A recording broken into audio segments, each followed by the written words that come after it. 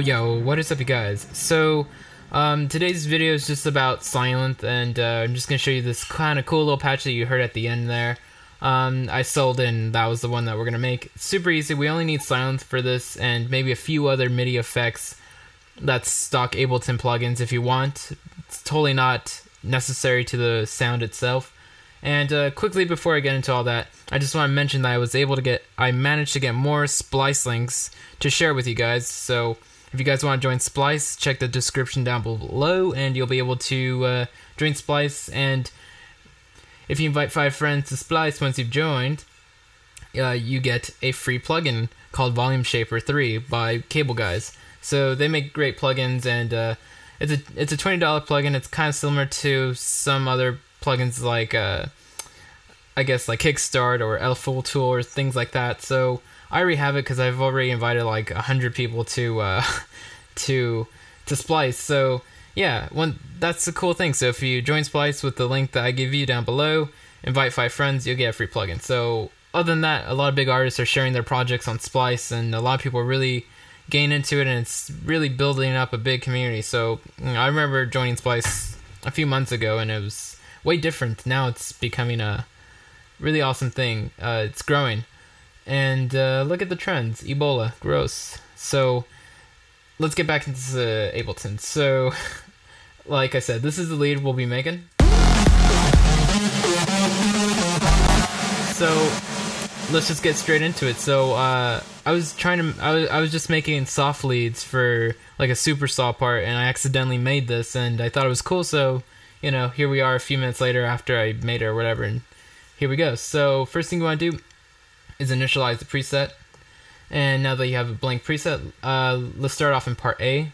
So actually, the first thing you might want to do, it depends on what you want to do. The way I'm playing it, it can go either way. I can have mono legato on or off. It won't really change much except for like how the notes obviously are going to be triggered and how they'll glide and blah blah blah.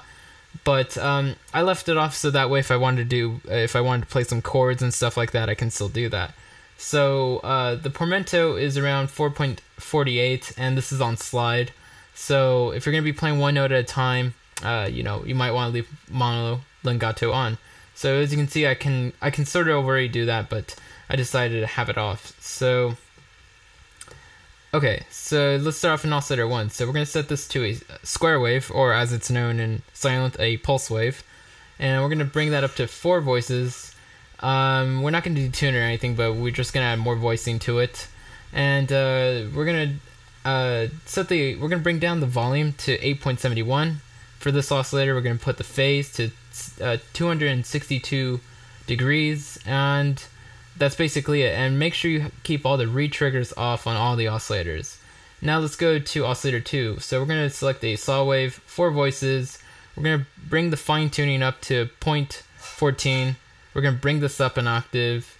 Volume up all the way, no phase. Detune will be at 5.52.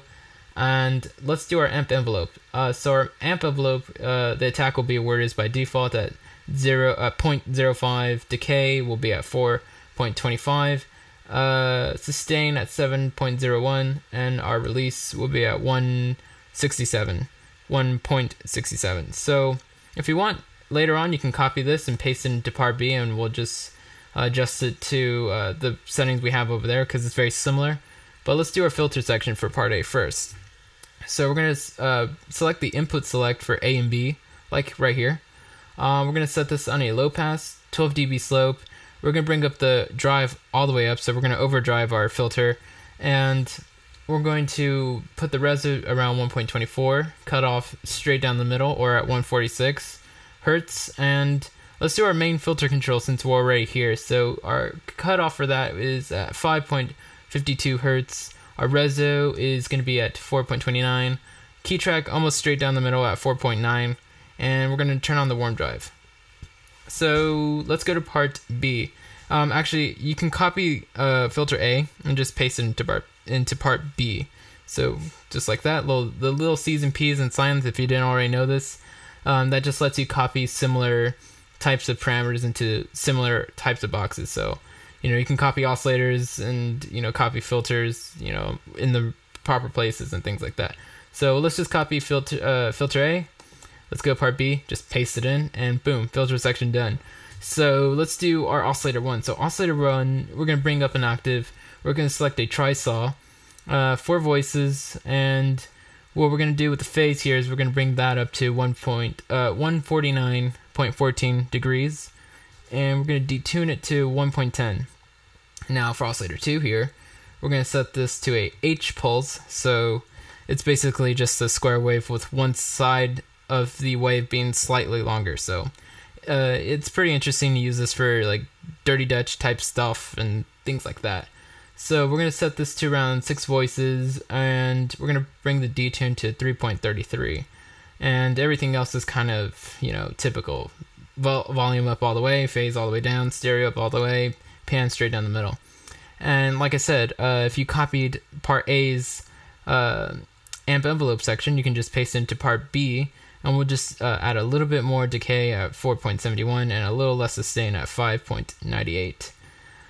Let's do our mod envelopes now. So now that we have all the oscillators and filters done, we can just add these in. So we're going to add in cutoff A and B, reso A and B, and phase A and B, but that'll be on a different mod envelope. So actually they're both the same one. So once we finish one of these, you can just go ahead and copy into the other. So let's get these amounts though. So for the reso, the amount on this will be 4. And for the cutoff, it'll be negative 1.33. And for the phase, it'll be 6.95. Now, let's go to the first mod envelope. So the attack for that will be at 1.03. So it just kind of delays the modulation a little bit before, you know, it gets to the decay and sustain. So I kind of like doing that sometimes. The decay will be at 2.18. Sustain will be at 5.40. And release is at 2.07. So now that we're done with that, you can just go ahead and copy this over here. And now let's do our main effects here. So our chorus, we're going to add a little bit of chorus here. So we're going to bring the dry wet to around 37%. Width can be up all the way. Feedback, almost straight down the middle, but it's at 45%. The delay will be 9.17 milliseconds. The rate for that will be 7.72 hertz. So a relatively fast rate. And for the depth, we can either put this anywhere between 36 to 45%. I left mine at 36%. If any lower than 20, it's not really noticeable, and anything over 50 just sounds like too much. So, you know, anywhere in that ballpark should be good. And for EQ, I just quickly pull down the bass and treble a little bit. So the bass is just all the way down. I left the frequency right there, for, right down the middle for that. Treble is around 4 dB, and the frequency for that is 2145.46 hertz. Now for delay. So we're just going to add a little bit of delay to this as well. So we're going to add 28% for dry wet. Width will be up all the way. Feedback and spread straight down the middle. Spread or smear will be at 0.86. The left side delay is 1/8. The right side delay is 1/2 triplet. And we're going to low cut our delay because we don't want to delay our low end. So we're going to low cut it around 292.60 hertz. So last but not least, our reverb. So we're going to pull down the pre-delay and damp all the way down. We're going to set the width up all the way. Size will be at 7.93. And the dry wet is around 41%. So that's basically it. And then you should have something like this. So all you need for that is Sylenth, but like I said, I have my own like little MIDI effects rack that I like to throw before most of my instruments.